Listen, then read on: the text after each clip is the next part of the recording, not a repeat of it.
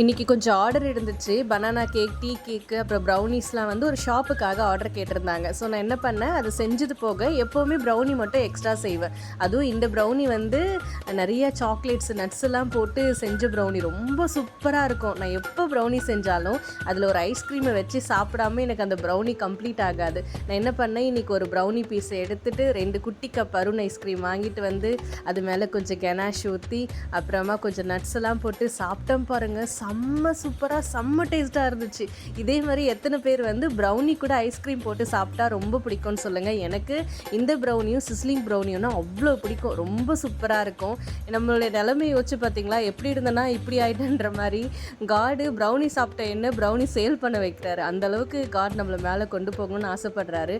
நீங்கள் எந்த விஷயம் செஞ்சாலும் முழு முயற்சியோடு செஞ்சால் நம்ம நினச்சது ஒரு நாள் கண்டிப்பாக நடக்கும். என்னோடய சேனல் பிடிச்சா நீங்கள் சப்ஸ்கிரைப் பண்ணுங்கள். முடிஞ்சால் அந்த வீடியோக்கு லைக் போடுங்க.